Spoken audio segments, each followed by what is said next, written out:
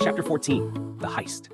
Guinevere Rook stood in the backyard garden and lifted her wand. Expecto Patronum. A sea turtle burst from the tip of her wand, ghostly and bright, and swam through the air above the grass. For a moment, it looked strong and beautiful. Then it flickered. The image sputtered, weakened, and dropped to the ground as though it had been injured. Tobias, now 17, watched it closely. Did it fail? His mother's jaw tightened. Magic doesn't fail. She snapped. People do. She forced the charm back under control, but it was sloppy now, unstable. The turtle swam again, though unevenly, as if she were wrestling it rather than guiding it. Tobias watched in silence. Magic was fragile, he realized. Not all at once, not visibly, but in points. Weak points. Failure points. And magical people would hide that fact. Even powerful magic could be broken if you knew where to press.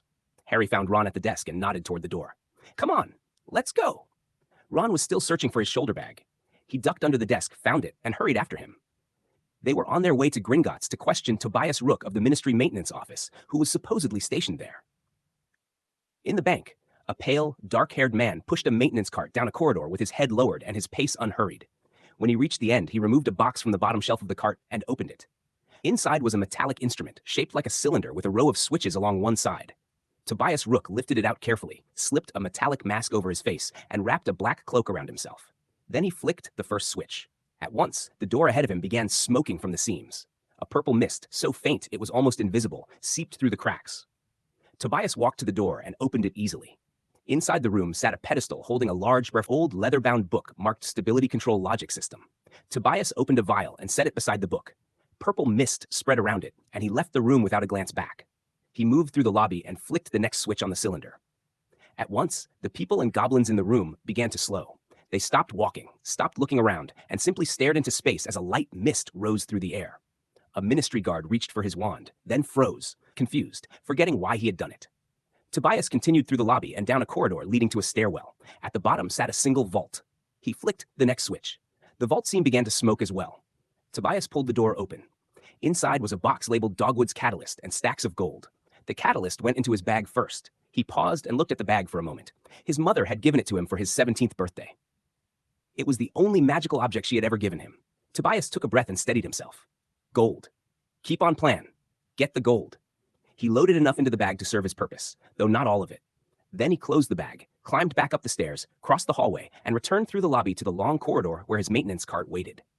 He packed the mask, cloak, and cylindrical switchbox back into the bag, and just like that, Tobias Rook was once again a maintenance squib.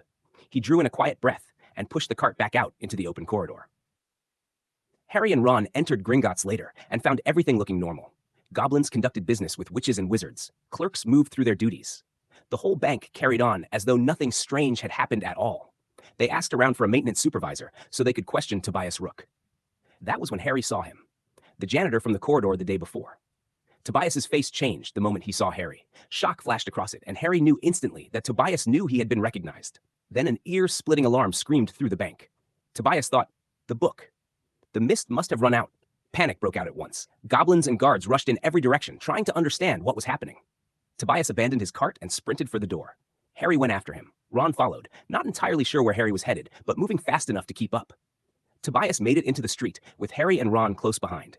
Harry pointed his wand and fired a trip jinx. Tobias hit the ground hard. His bag burst open. Gold spilled out. Vials scattered across the pavement.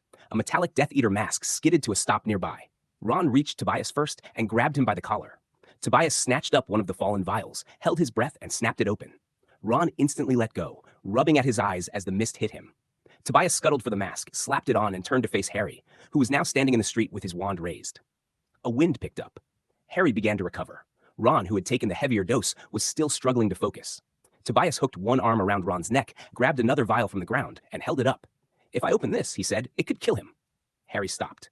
Don't move, Tobias said. The crowd had already started to gather, including Gawain Robards and several Aurors responding to the alarm from Gringotts. Robards took in the scene and raised his hand slightly. Okay, he said, let's all calm down. Harry kept his wand trained on Tobias. I think you'd better let go of my friend. Ron gave a low groan, still badly affected. Harry's voice went flat and sharp. Actio vial. The vial tore free from Tobias's hand and flew into Harry's. Tobias had nothing left. The Aurors moved in at once, and he was taken into custody and stripped of the mask. The gold was recovered, along with the catalyst. Kingsley Shacklebolt arrived to congratulate the Aurors on catching the thief, and the public panic began to ease as word spread that the terrifying Death Eater had been nothing more than a squib janitor. But people still had questions. How had he done it?